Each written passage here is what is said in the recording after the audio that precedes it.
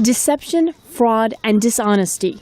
These are the words that Dawood Ahmad uses to sum up a local government rehabilitation policy that allowed him to return home to Indian-controlled Kashmir after spending 22 years in Pakistan. The promises they made that we can come and get rehabilitation here, we haven't gotten anything.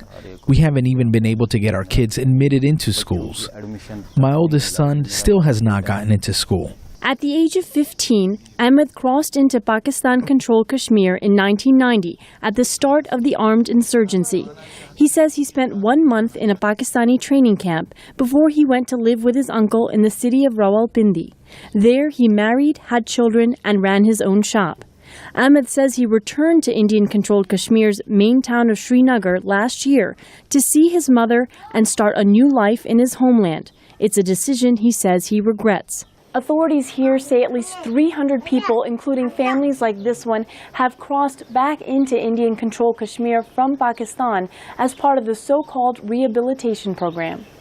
Indian-controlled Kashmir's Chief Minister Omar Abdullah announced the policy in 2010 to allow militants who allegedly trained in Pakistan-controlled Kashmir to return home through Nepal. Tanvir Sadiq is the Chief Minister's political secretary. They were misguided. They went to the Pakistan-occupied Kashmir, and then they wanted to return back because they felt that gun is not the solution. And at times, when you're misguided, you don't know what you do. So we wanted to provide them a platform, a way to come back to their homes and be with their family. Sadiq concedes there have been issues with implementing the new policy, but that problems with school admission are being worked out. He emphasizes that while the men are promised help, such as loans, they are not guaranteed employment. Former militant Ahsanul has been working in his brother's shoe store in Srinagar for the last year, after spending 23 years in Pakistan. He says both India and Pakistan have failed to keep their promises for peace, leaving people on both sides of the line of control to suffer. The